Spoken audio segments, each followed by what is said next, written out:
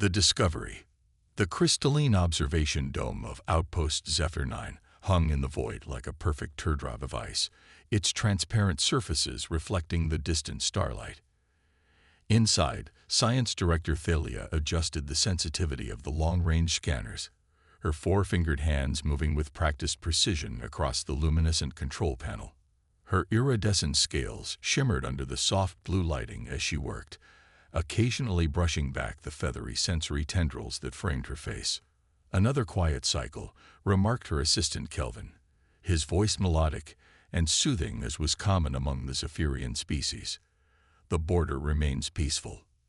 Thalia nodded, her large, multifaceted eyes reflecting the star chart displayed before them. The Zephyrian conclave had maintained peace along this frontier for over 3 centuries, their advanced technology and diplomatic prowess ensuring stable relations with neighboring stellar civilizations. The tranquility of their shift was shattered by a series of chimes from the sensor array. Kelvin straightened, his dorsal crest rising in surprise as he examined the readings.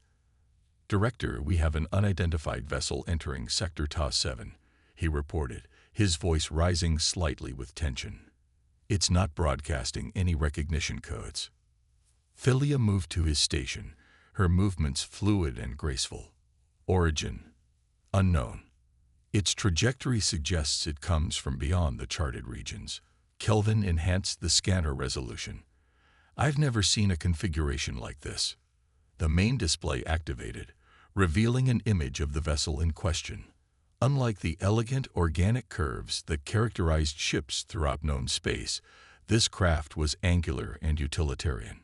Its hull was a patchwork of armor plating, studded with what appeared to be weapon emplacements and various sensor arrays. "Magnify," Thalia ordered, her professional composure masking growing concern.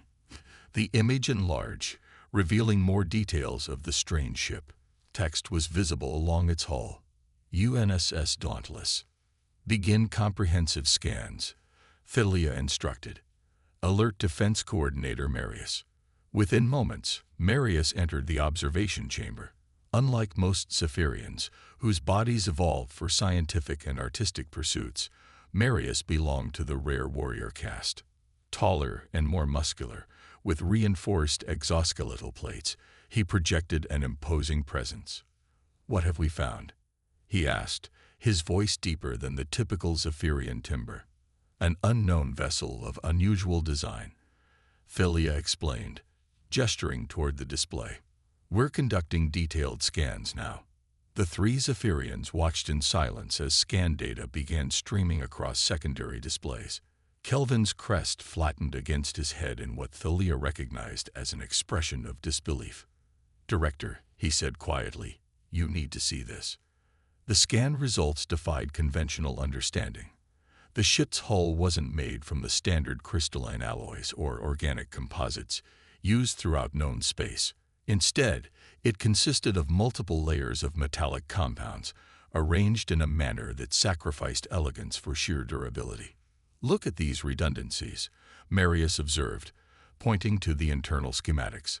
"Multiple power cores, duplicate life support systems, triple redundant propulsion. No spacefaring species builds ships this way," Thalia said, her scientific curiosity momentarily overcoming her concern. "It's inefficient, wasteful of resources." "Unless," Marius countered, "you expect your ship to take damage and continue functioning." That sobering observation silenced the room. Zephyrian vessels, like those of most advanced civilizations, were marvels of efficiency and elegance. Their designs assumed peaceful encounters and safe passage. Redundancy was minimal because catastrophic damage was rare in a galaxy governed by diplomatic protocols and mutual respect. This ship was built with different assumptions. "What about the crew?" Thalia asked, redirecting the scan focus. New data appeared, showing biological readings that further confounded the Zephyrians. The life forms aboard the vessel were bipedal, endoskeletal creatures with remarkable biological characteristics. "Their cellular structure is unlike anything in our database," Kelvin reported. "They possess internal repair mechanisms that can heal significant damage." Their skeletal framework continuously regenerates, and their circulatory system contains specialized cells that rush to seal breaches. A species evolved for injury survival, Marius murmured, his warrior training allowing him to grasp the implications immediately. Further scans revealed more disturbing adaptations: adrenaline systems that could temporarily override pain, muscles that strengthened in response to stress, and cognitive functions that remained clear during crisis situations. They're built for conflict, Marius stated flatly. These beings evolved in an environment where survival required fighting through injury. Thalia's scientific mind raced to comprehend such an evolutionary path. The Zephyrians had evolved on a world of abundance and relative safety, developing intelligence and technology to enhance an already comfortable existence. What kind of world would produce creatures designed to endure trauma and continue functioning? We should contact the High Council, she decided. This discovery warrants their immediate attention. Within hours, the Council's holographic projections filled the observation dome. 7 of the Conclave's most senior members listened as Thalia and Marius presented their findings. The vessel's weapons systems are particularly concerning, Marius explained, highlighting various sections of the ship. They appear designed not just for defense, but for offensive capabilities. Each weapon has independent power sources and manual override systems. They can continue operating even if the main ship is critically damaged. Elder Zorn, the Council's security expert, leaned forward in his projection. Are you suggesting these creatures built a ship specifically to continue fighting after sustaining what should be fatal damage? The evidence supports that conclusion, Thalia confirmed, and their biology shows similar adaptations. These beings are designed to sustain injury and continue functioning. Impossible, declared Elder Nizera, the Council's historian. No species evolves technological intelligence without first achieving social cooperation and peace. Conflict-driven species destroy themselves before reaching the stars. Perhaps, suggested Elder Vex, they faced threats we cannot imagine. Maybe their world was uniquely dangerous. The debate continued as the Council processed the implications. Meanwhile, additional scans uncovered fragments of information from the ship's external communication systems. Kelvin managed to decode rudimentary language patterns. They call themselves humans, he reported, from a planet called Earth. Their communications indicate they're on an exploratory mission. Explorers don't arm themselves like warriors, Marius countered. Thalia reviewed the biological scans again, noticing something she'd overlooked initially. There's something else, she interrupted. These humans have unusual brain chemistry. They produce powerful bonding hormones and possess neural structures associated with complex emotional processing and abstract thought. Meaning what, exactly? Elder Zorn asked. Meaning they're not just warriors.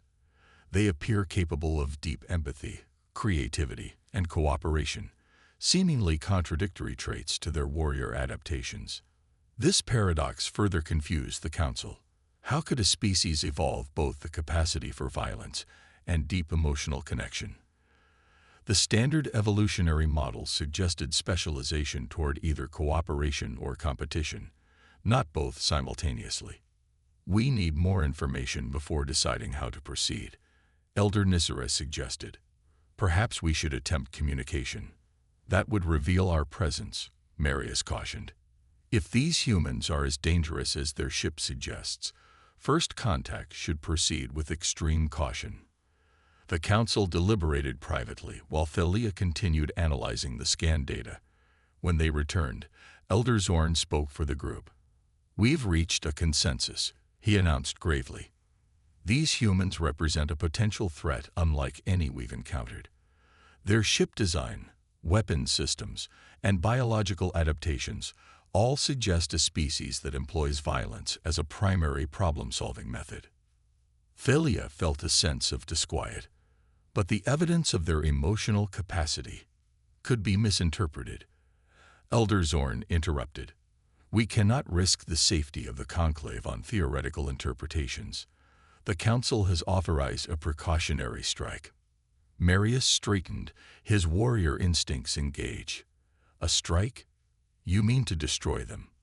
Not destruction, Elder Zorn clarified. A precisely calibrated disabling action. Our beam weapons will target their propulsion and weapon systems, rendering them harmless without casualties. We can then approach safely and establish communication from a position of security. Philia wanted to object but recognized the Council's authority in security matters. Still, something about this decision felt fundamentally wrong. These humans, whatever their nature, had taken no hostile action. Preparations will begin immediately, Marius acknowledged, though Philia noticed hesitation in his voice as well. As the Council projections faded, Philia turned back to the main display, studying the human vessel. Its ungainly design, so different from the artistic Zephyrian aesthetic, now seemed somehow ominous. Had they truly discovered a warrior species, or was there something about these humans they were failing to understand? Send the scan data to the defense grid, Marius instructed Kelvin. They'll need precise targeting information. As Kelvin complied, Philia couldn't shake the feeling that they were making a terrible mistake. The human ship continued its steady course, unaware it had been discovered, unaware of the Zephyrians' fears, unaware of the attack being prepared against it. May wisdom guide us, she whispered, a traditional Zephyrian prayer, as she watched the distant pinpoint of light that was the human vessel UNSS Dauntless. The response. The precision beam weapons of Outpost Zephyr 9 lanced across the void, striking the UNSS Dauntless with surgical accuracy. From the observation dome, Philia, Kelvin, and Marius watched as the energy beams connected with the human vessel's propulsion systems and what they had identified as weapons arrays. Direct hits on all targets, Kelvin reported, monitoring the tactical display. Their main engines are offline, and we've disabled 82% of their weapon systems. Marius nodded in satisfaction. As planned, the humans are effectively neutralized but unharmed. Now we can. An alert chime interrupted him. Kelvin's crest rose in alarm as he studied the incoming data. Secondary power systems are activating aboard the human vessel, he reported, his voice tight with disbelief. They're rerouting energy through auxiliary conduits we didn't detect in our scans. On the main display, the Dauntless had gone dark for mere moments before lights began reappearing across its hull. Marius moved closer to the tactical readouts, his warrior training allowing him to quickly assess what was happening. They designed their ship with hidden redundancies, he realized aloud. Systems within systems, shielded from external scans. That's beyond paranoid, Philia said. What species builds vessels with such extensive contingencies? The answer came swiftly as the human ship's response unfolded before them. Rather than panicking or fleeing as expected, the Dauntless executed a series of precise maneuvers, orienting itself to present the smallest possible target profile while bringing its remaining operational weapons to bear on the source of the attack.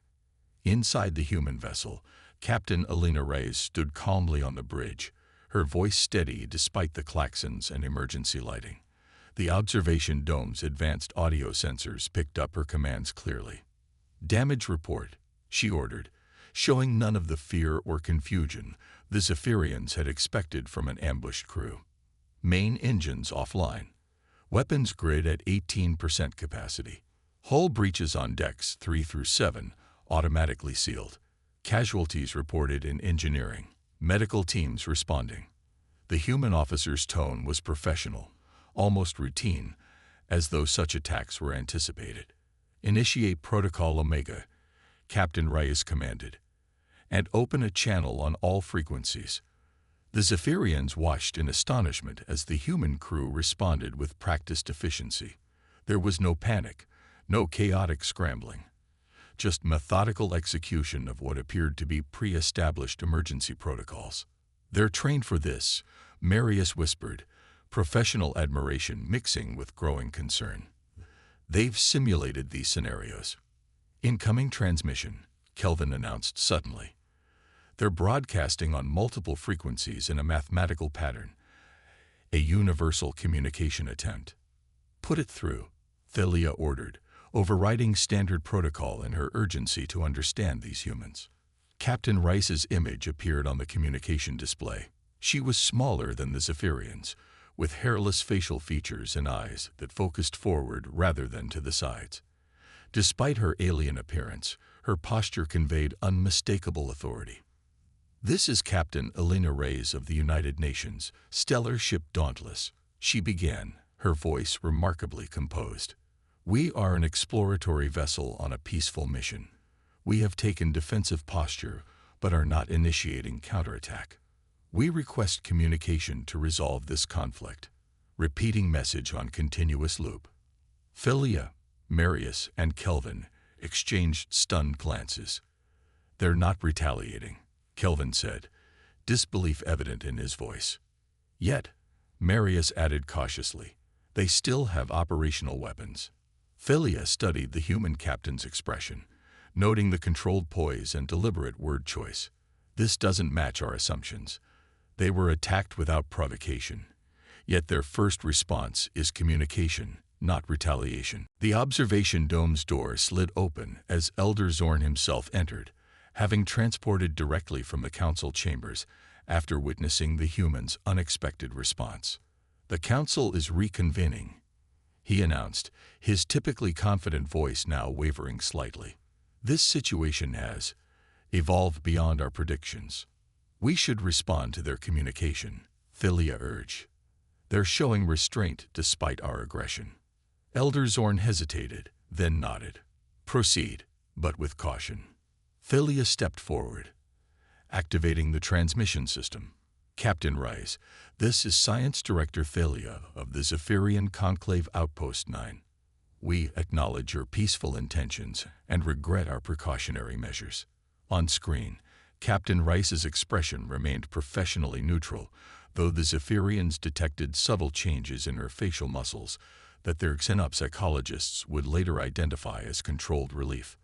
"Director Thalia, I understand precaution in the face of the unknown. We come from a world where such caution has often been necessary for survival. Perhaps we can exchange information to prevent further misunderstandings." Over the next several hours, a remarkable exchange unfolded. The humans transmitted cultural, historical, and biological data about themselves, while the Zephyrians cautiously shared similar information. As understanding grew, so did Thalia's fascination with these contradictory beings. "Your historical records show constant conflict," Marius observed during a direct conference with Captain Rice and her senior officers. "Yet you also demonstrate remarkable cooperation and empathy. These seem incompatible." Lieutenant Commander Hiroshi Tanaka, the Dauntless's science officer, offered an explanation that would forever change the Zephyrians' understanding of evolution. "On Earth, we evolved as both predator and prey," he explained. "Our distant ancestors needed aggression to hunt and defend, but also required deep social bonds to survive in groups. This dual evolutionary pressure created our unique psychology, capable of both violence and compassion, often in service of protecting those we care about." The concept was revolutionary to the Zephyrians, whose own evolution had followed a more linear path toward cooperation and intellectual development in their resource-rich, predator-poor homeworld. "So your ship's redundancies," Thalia began, "are not because we expect or desire conflict," Captain Rice finished. "They exist because our history has taught us to prepare for the worst while hoping for the best. We build our vessels to survive because we value the lives of our crew above all else." This explanation transformed the Zephyrians' perception of human technology. What they had interpreted as aggressive design was, in fact, an expression of the humans' deep commitment to protecting their own people, a value the Zephyrians themselves held sacred. As the diplomatic exchange continued, medical teams from both species began collaborating.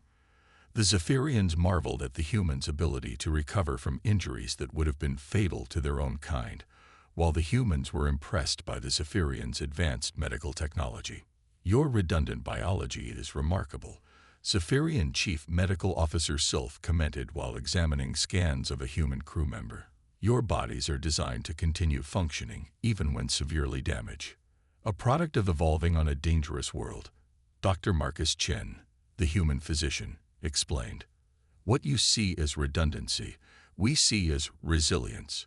It's reflected in our technology, our social structures, even our art. By the cycle's end, the High Council had authorized formal diplomatic relations with the humans. Elder Zorn himself delivered the announcement to Captain Reyes.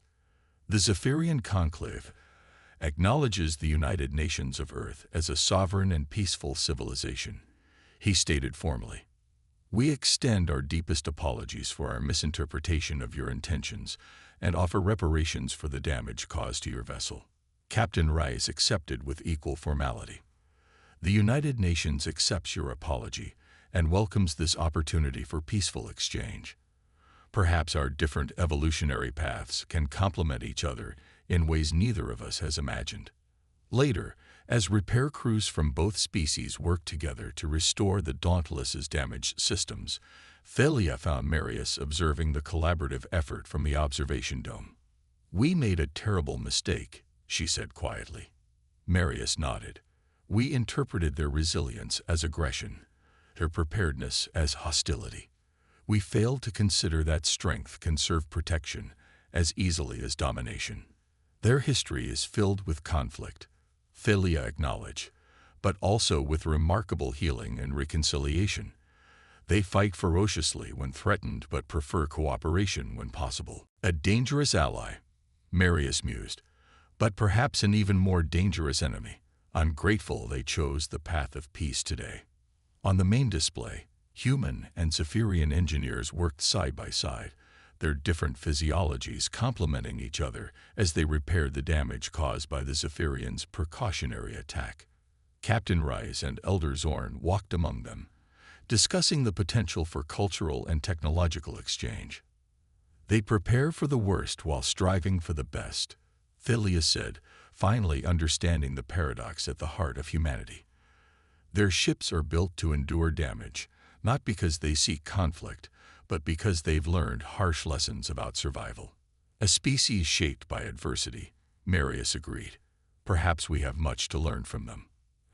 As the Dauntless's systems came back online one by one, its lights illuminating the darkness of space, Thalia couldn't help but wonder how different first contact might have been if the Zephyrians had recognized the true nature of humanity from the beginning, not as inherently aggressive warriors, but as survivors whose strength had been forged through hardship and whose resilience served their deep capacity for connection.